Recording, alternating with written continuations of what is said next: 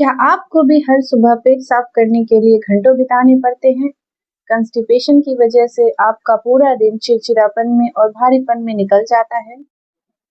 Hello everyone, I am doctor Praphullata Nikhat और आज हम इस वीडियो में बात करेंगे कॉन्स्टिपेशन यानी कब्ज के बारे में और जानेंगे इसके काउजेस क्या हैं, इसके सिम्टम्स क्या होते हैं और इसका होम्योपैथी में ट्रीटमेंट क्या है। इस वीडियो को इन तक जरूर देखिए क्योंकि लास्ट में मैं आपको कुछ ऐसे टिप्स बताऊंगी जिससे आपका डाइजेशन बहुत ही अच्छा वर्क करने लगेगा।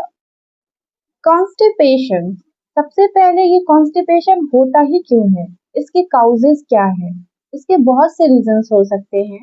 इसके कुछ मेन काउजेस कुछ इस तरीके से हैं, जैसे कि लो फाइब्रस डाइट। आजकल के जमाने में हम लोग अपने डेली के मील में लो फाइब्रस डाइट इस्तेमाल करने लगे हैं, मतलब फाइब्रस बिल्कुल ही ना के बराबर ले रहे हैं। खाने में साग सब्जी की कमी हो जाना या फ्रूट की कमी कर लेना, ये भी कॉन्स्टिपेशन का एक बहुत बड़ा रीजन है। दूसरा है डिहाइड्रेशन, पानी की कमी, मतलब हम ठीक से पानी नहीं पीते हैं दिन भर में। पानी हमें ज्यादा से ज्यादा पीना चाहिए, इससे बॉडी हाइड्रेट रहती है, इससे डाइजेशन प्रॉपर काम करता है और आपको कॉन्स्टिपेशन इससे बहुत हद तक कम हो सकता है। हम ज्यादातर ये करते हैं कि पानी एक बार में बहुत सारा पी लेते हैं, तो ऐसा बिल्कुल ही नहीं करना। आपको आधे आधे घंटे पे पानी लेते रहना है, एक एक गिलास, यानी दिन भर में 4 से 5 लीटर आपको पानी पीनी ही है। और भी बहुत सारे कारण हैं, जैसे सेडेंट्री लाइफ स्टाइल, हमेशा फिजिकल एक्टिविटी कम करना, हमेशा पड़े रहना, लेटे रहना, कुछ भी एक्सरसाइज वाला काम बिल्कुल ही ना करना, जिसकी वजह से मेटाबॉलिज्म हमारा बिल्कुल ही स्लो हो जाता है और कॉन्स्टिपेशन की शिकायत बन जाती है। एक और इसका इम्पोर्टेंट रीजन है, जैसे कि सप्रेशन ऑफ अर्ज, जैसे कि स्टूल या पॉटी का अर्ज आता है, स्टूल या पॉटी हमें फील होती है तो हम उसे होल्ड कर देते हैं, तो बिल्कुल भी होल्ड नहीं करना चाहिए। इससे भी कॉन्स्टिपेशन की समस्या बढ़ सकती है। एक और बहुत ही बड़ा रीजन है कॉन्स्टिपेशन का स्ट्रेस लेना, जो आजकल हर डिजीज के पीछे का मेन रीजन बनता जा रहा है। स्ट्रेस और पुअर स्लीप, इसकी वजह से भी हमारा पाचन, हमारा डाइजेशन प्रॉपर वर्क नहीं कर पाता है, ठीक से हमें मेंटल पीस नहीं मिल पाता है, हम सही से सो नहीं पाते हैं। इससे भी मेटाबॉलिज्म बहुत ही ज्यादा लेस एक्टिव हो जाता है और जिसकी वजह से कॉन्स्टिपेशन की शिकायत पेशेंट करते हैं। और जैसे कि एक्सेसिव टी या कॉफी लेना, फाइब्रस डाइट ना खाना और बस दिन भर कॉफी पीना, टी पीना, तो ये भी एक बहुत ही बड़ा मेजर कारण है कॉन्स्टिपेशन का। ये तो हो गए सारे काउजेस जो कॉन्स्टिपेशन, ये जितने भी मैंने आपको अभी काउजेस बताए हैं, ये सब बहुत ही ज्यादा मेजर काउजेस है जो कॉन्स्टिपेशन को एक्टिव करने में बहुत ज्यादा ये इम्पोर्टेंट रोल करता है, जिसकी वजह से हमारा डाइजेशन बहुत ही ज्यादा वीक हो जाता है, मेटाबॉलिज्म बहुत ही स्लो हो जाता है और कॉन्स्टिपेशन की शिकायतें बनी रहती है। अब बात करते हैं कॉन्स्टिपेशन के सिम्टम्स क्या होते हैं।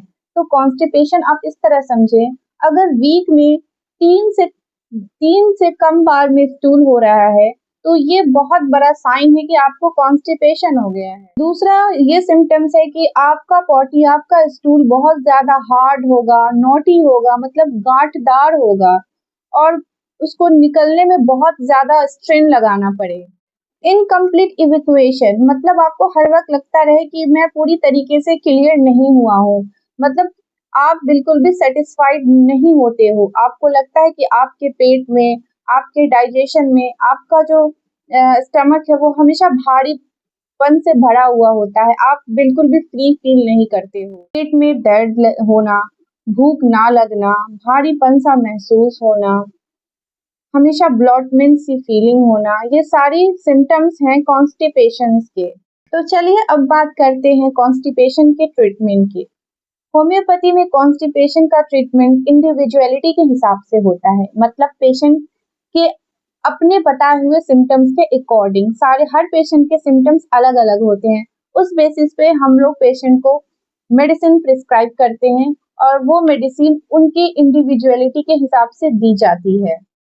और कॉन्स्टिपेशन का होम्योपैथी में बहुत ही अच्छा ट्रीटमेंट है, बहुत ही रूट से इसको हम लोग ट्रीट कर देते हैं और पेशेंट बहुत ही सेटिस्फाइड होकर के हमारे यहाँ से जाते हैं। और सबसे बेस्ट रेमेडी जो कॉन्स्टिपेशन के लिए बहुत ही अच्छी मानी जाती है, तो आज मैं आपको उन्हीं 4 रेमेडीज के सिम्टम्स बताने वाली हूँ। तो आइए सबसे पहले हम बात करते हैं हमारी one of the best remedy for constipation is nux vomica. ये मेडिसिन ऐसे पेशेंट के लिए है जो बहुत ज़्यादा चाय कॉफ़ी पीते हैं और उन्हें स्टूल करने की बार-बार तो अर्ज आती है, पर वो सही से कर नहीं पाते हैं, वो सैटिस्फाइड नहीं हो पाते हैं। उन्हें बहुत ज़्यादा गैस बनती है, ब्लॉटमेंट होता है, पेट में हल्का-हल्का दर्द सा बना रहता है। खट्टी और कड़वी डकार सी आती है, पेट में हमेशा भारीपन सा लगा रहता है, भारीपन सा बना रहता है। वो स्टूल करना तो चाहते हैं पर स्टूल पूरी तरीके से निकल नहीं पाता है और वो अनसैटिस्फाइड होते हैं।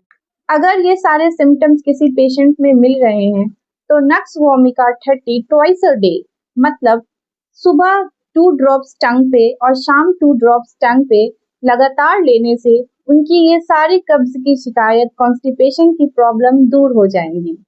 अब हम बात करेंगे हमारी दूसरी रेमेडी लाइकोपोडियम 30 की। तो अगर कॉन्स्टिपेशन बहुत ही लंबे समय से हो या बचपन से हो या आफ्टर पार्चुरेशन मतलब कि डिलीवरी के बाद ये प्रॉब्लम क्रिएट हुई हो तो लाइकोपोडियम इसमें बहुत अच्छा वर्क करती है। कॉन्स्टिपेशन के साथ साथ बहुत ज्यादा गैस बनती हो, बहुत ज्यादा भारीपन, भूख तो लगती हो बहुत ज्यादा पर थोड़ा ही सा खाते ही लगता हो कि अब ना खाया जाएगा बिल्कुल भी, अब बिल्कुल यहाँ तक फिल हो गए हैं ऐसा फील होता है। या पेट में आपके गार्गलिंग सा फील होना, कुछ कुछ आवाजें सी सुनाई देना, आपको खुद भी फील होता होगा ऐसे पेशेंट्स को जिनको कॉन्स्टिपेशन में ये सारे सिम्टम्स आते हैं।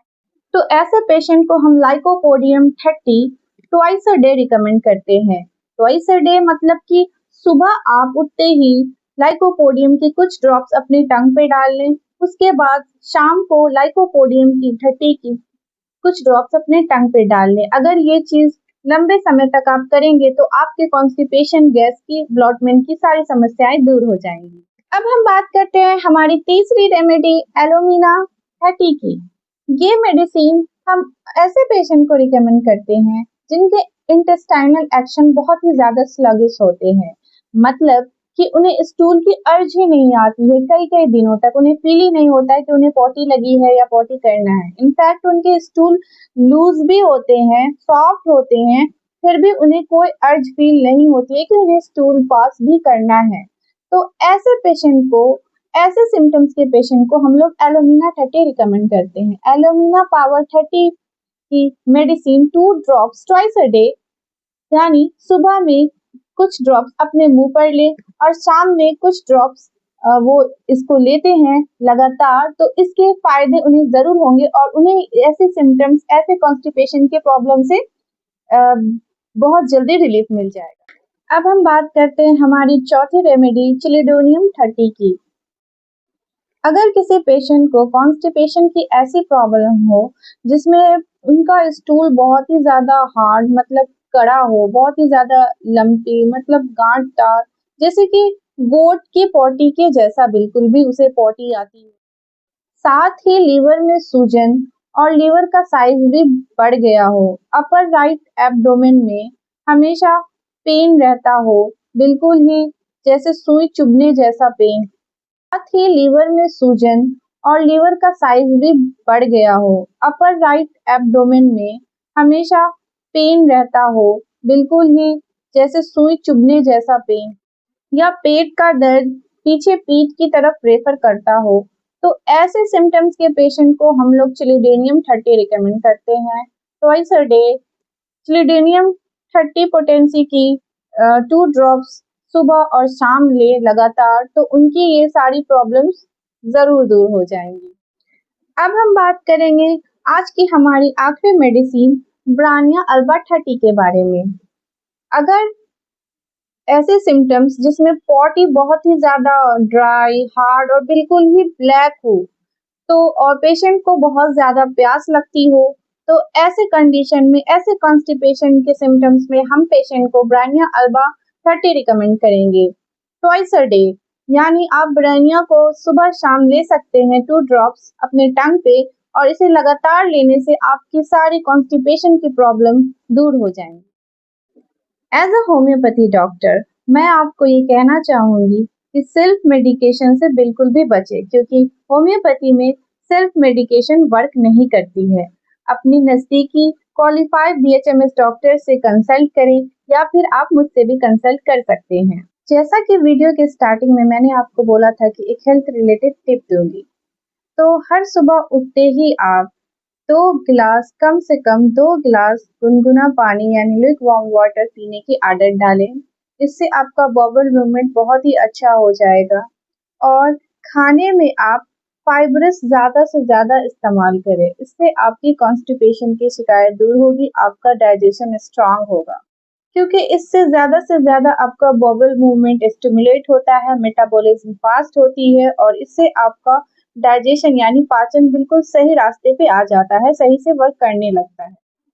अगर आपको आज की ये हेल्थ अपडेट पसंद आई हो तो इसको लाइक करें और अपने उन दोस्तों के साथ शेयर करें जो ये प्रॉब्लम से सफ़र कर रहे हैं। और ऐसे ही हेल्थ केयर वीडियोस के लिए मेरे चैनल को सब्सक्राइब करना ना भूलें।